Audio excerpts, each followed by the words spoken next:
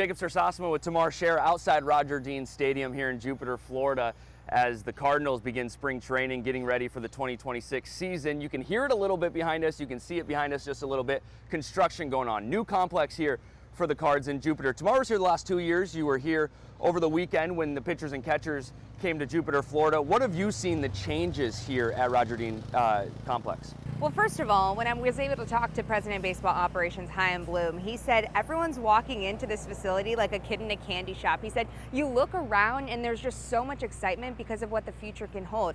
The reason that they revamped this complex is because they want to better their player development, and that's something that was their conversation throughout the entire offseason, and you're seeing that through this unique complex. It's something that they knew they needed to do. Now, it's not every day you get a new president of baseball operations, a lot of new faces in a rebuild year, and a new facility. That's something that has been years in the making, of course, going back to John Mozeliak, that old president of baseball operations who was with the Cardinals organization for many milestones, many years. But now you're seeing a lot of fresh things, and I think everyone in this building is just excited. There's a buzz in the air, in the clubhouse, out in the backfields. So there's a lot of optimism to start spring training at the very least. Yeah, and Chaim Bloom said early on in his press conference when this whole spring training got kicked off that not everything's here right now. There's going to be some things that are continuing to build out here, but the complex looks beautiful. My first time here in Jupiter, complex looks beautiful, that's for sure. Talking about things that are here this year that might not have been here last year, Yadier Molina showing up to spring training. You were here when he showed up on Monday when the whole squad was here. What kind of reaction did you see from the team? Not seeing him at Busch Stadium, but seeing him in Jupiter. Well, I want to go first to something that manager Ollie Marmol told me. He said, we want to get it to a point where it's not, Yadier Molina, the World Series catcher, the future Hall of Famer is here to teach us. No, now he wants to have young guys tap into what Yadi has been able to accomplish through the adversity, through the mental struggles that is just part of baseball, and be able to see, okay, I can learn something from Yadier Molina. I was able to actually catch up with Yadier Molina on his first day reporting to spring training, and he said he's just excited to help coach this next generation. Of course, he has a great relationship with manager Ollie Marmol, and everyone's excited to have him here, including Ozzie Smith. He's a guy who regularly appears at spring training. He always comes for about a week at a time, and he was just saying, this is the standard. This is the Cardinal way, the tradition that has been set.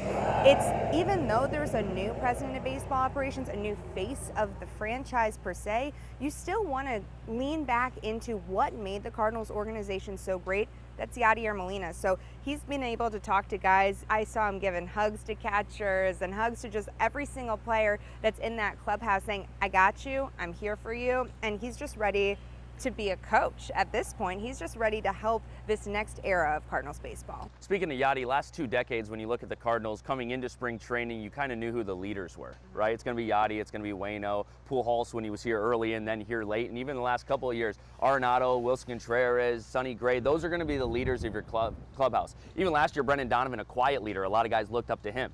All those guys, gone. Full youth movement here in Jupiter and for the Cardinals organization. As you talk to some of these guys, who are stepping into those roles and where is this team going to look? It's going to be young leadership, but where are they looking for leadership? Yeah, I think the big word that I use to start this whole conversation is the fact that there's a lot of optimism here, and that comes with everyone. At this point, you're talking about Matthew Liberatore getting a start on opening day. That is something that is being talked about. Of course, that's not set yet, but this is a cool opportunity for him to tap into what his potential could be coming into this year, and the opportunity is open for him without Sonny Gray in the rotation. And of course, they did add a couple veteran arms, but when you look at the position players, I like to say there's a lot of veteran young players at this point because you got Mason Wynn, you got Victor Scott, who understand the Cardinals organization.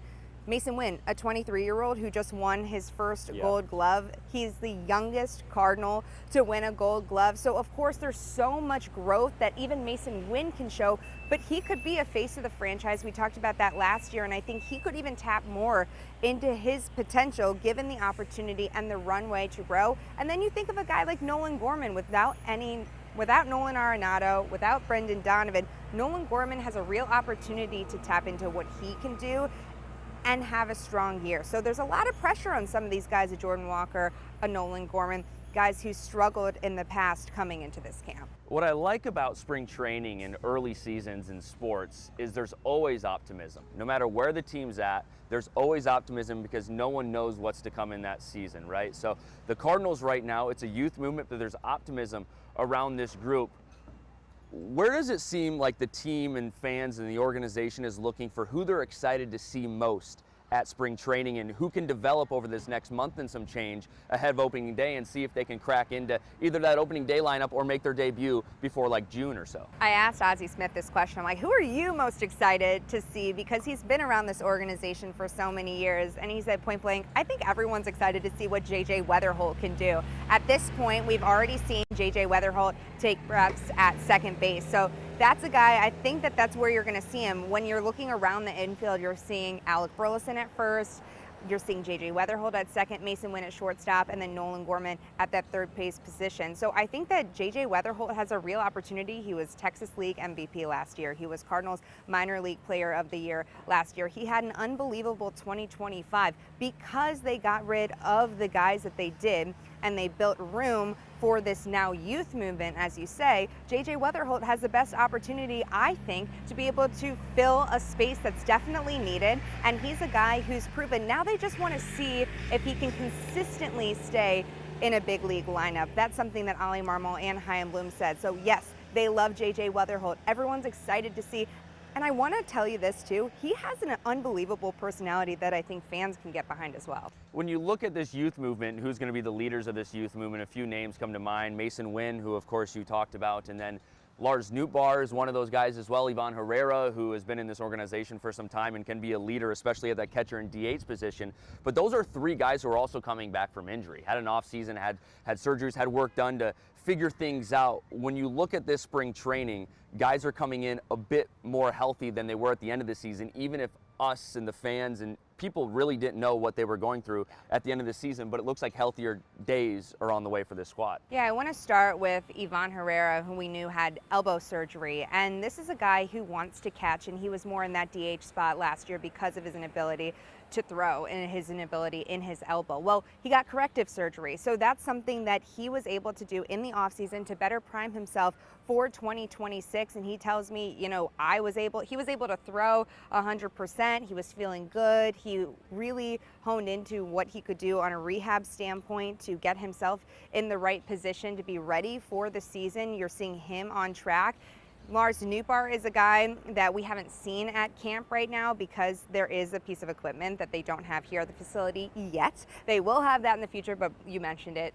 This is a new facility. They don't have all the pieces, but they wanted to keep him on track from a rehab standpoint. He's a guy I think will really need to tap into his potential this year. Now let's talk about a guy like Mason Wynn. He, of course, is coming off a Gold Glove season. He won his first Gold Glove. He only made 3 errors all last season, but on the offensive side of his game, that's something he wanted to improve, and he actually repaired his meniscus. That was something that was giving him trouble. He was not able to be as mobile in the box like he wanted to be, so he even said, as soon as I got done with surgery, I walked out of the hospital, I'm ready to go, I'm confident. So I think his ceiling is even higher than most people even think because, yeah, he had a great year defensively, but I think he could even tap more into what he can do offensively. All right, so we got to look at this team. Games start on Saturday, the 21st. There's going to be a lot of unknowns. That infield we got a first look at Monday of the week once the full squad looked at. When you look at who's in that infield, a lot of question marks. Brendan Donovan gone. He could do whatever they wanted in the infield. Willis Contreras gone at first base. Nolan Gorman's now at third base on Monday when Arenado left. But when you look at that infield, does that seem like it's going to be the norm moving forward, or at least a good trial run they're going to give those 4 guys in the infield? Yeah, I think that is the direction that they're going in. Of course, they haven't said here's what the opening day lineup is going to look like. Here's the opening day starter. They're not going to do that right now. This is all about being able to see what they can do on a consistent basis. I do want to mention this. With this new facility, they also added a lot of new staff. So a lot of their work, pitching, infield work, a lot of that can be more individualized now, which is different than what we've seen in years past because they've added so much staff, so many new opportunities for player development. I think an interesting part of this team is when they reported on Monday, the whole team, the infield looked completely different. We knew the infield was going to look different. At first, no more Wilson Contreras, so you got Alec Burleson slipping into that role, at least for the foreseeable future, at least trying it out. Second base, J.J. Weatherholt, which we've talked about. Everyone's excited about that. Mason Wynn, no one's stealing the shortstop position from him, and then you have Nolan Gorman at third base. This seems like this could be an opening day lineup for the Cardinals. Yeah, I totally agree with that, and I think what's cool and unique about this spring training is because of the added infrastructure with the facility and also what they were able to do to add staff for player development, that's going to provide a unique opportunity for their entire clubhouse to continue putting in work and effort in camp. So a lot of it's still like, yes, this is how I foresee the infield looking come opening day, but there's still a lot of guys who could show up and be a surprise come spring training, because at this point, you're not talking about a World Series contending team. You're talking about a young team who wants to figure out what they have in the system to be able to grow. Of course, seeing a Nolan Gorman and a Jordan Walker thrive this season would be ideal because they do have that runway now. Last year, we thought they were going to have that runway, and they didn't, because Nolan Arenado ultimately wasn't traded away until this season. So that being said, I think that infield is kind of what the opening day lineup is going to look like, but still, there's a lot more time in camp, and I think you're going to see more guys take a new step into their roles. And the Cardinals are in a different position this year than they have been in decades, really. Youth movement, of course, but John Mozeliak not here as president of baseball operations, which hasn't happened in a long time. When you look at this team, look where they're at in spring training. Chaim Bloom takes over. They're in a youth movement, new young leadership in this core, which we've talked about. A lot of new coaches, new construction. It seems like everything the Cardinals have right now is new, and they can only really go up from here. Yeah, and I think that's what makes it exciting. That's why there is optimism coming into this camp. Manager Ollie Marmol has always been a teacher of the game. He started in the minors. Now he's here as a big league manager. So for him, I think this excites him because he can start to see some of these individual improvements and growth. And when we especially talk about leadership, something that's interesting about this year, like in other clubhouses, you tap into one or two guys, like, okay, a Nolan Arenado and a Sonny Gray, they have so much experience that pitchers and infielders and guys who want to win Gold Gloves one day, that they can pick out and pick their brains. Well, this year I think it's by committee. And one thing Ollie Marmol said is we all have to stay together. So if adversity hits inevitably, because that's baseball, it's a really long season, how can this team stay together, stay as a unit?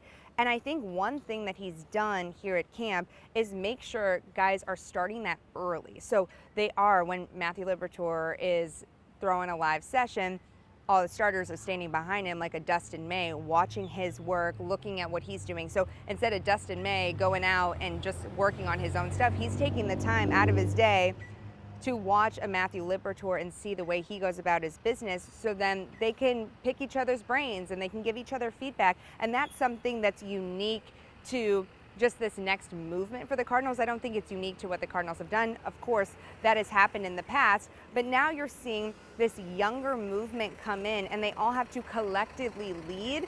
And just because there are so many new faces doesn't mean these aren't hungry, competitive guys who want to win baseball games. And as long as they can come together and do that at the end of the day, I think we're going to see some excitement at the very least of what this team's potential could be.